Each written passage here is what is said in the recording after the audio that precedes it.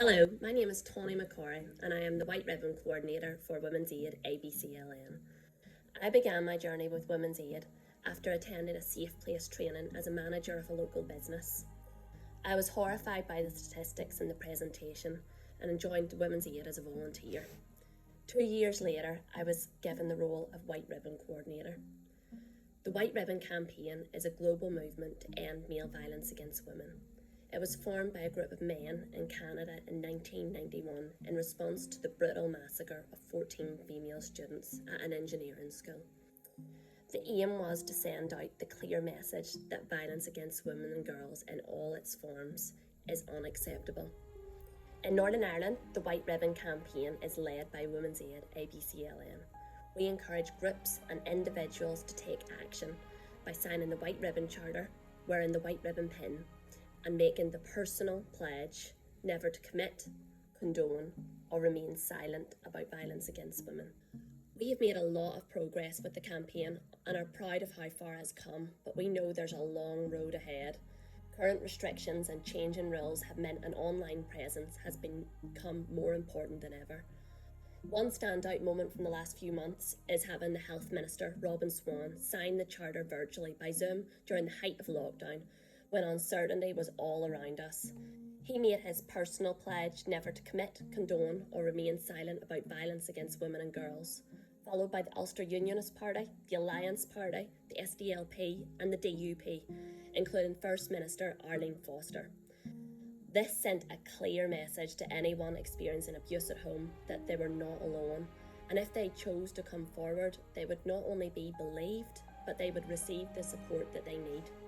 As a Safe Place partner, we want to be in a position where we are empowering not only organisations like political parties and government bodies who are already well aware of the issues surrounding domestic abuse, but we are also empowering other organisations such as sports clubs and sports governing bodies, such as the IFA and Ulster GAA, to take a stand against domestic abuse.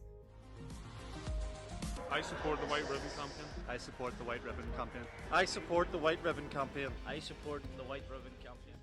We are encouraging conversation around domestic abuse in rooms where the conversation has never been had before. Local sports teams, boxing clubs, mixed martial arts clubs. These places are often the heart of the community, and we can harness this support to inspire change.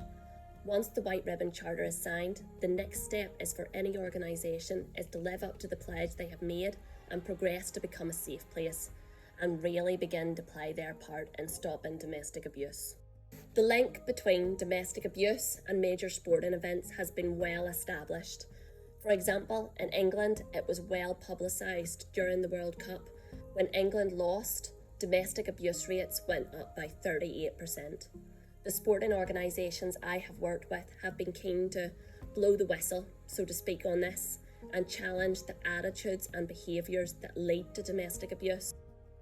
A strong example has been set by Larne Football Club, who were the first football club to sign the Charter, and since then have continued to set the standard by having the white ribbon printed on their shirts and becoming a safe place.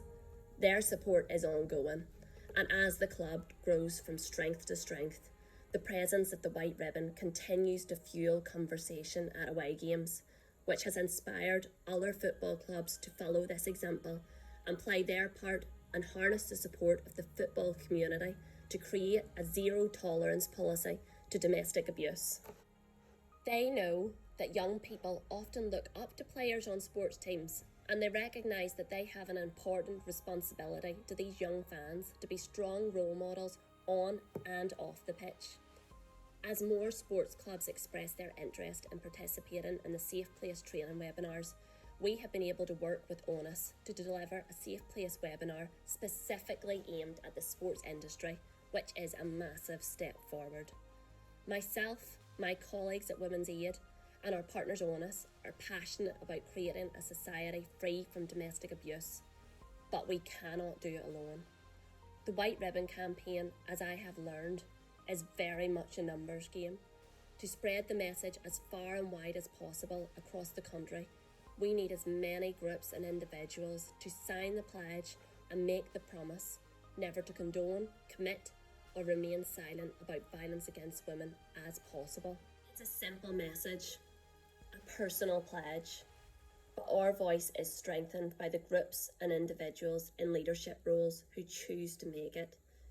They have the courage and the moral integrity to refuse to stay silent on the issue, and their genuine commitment to change will make a difference.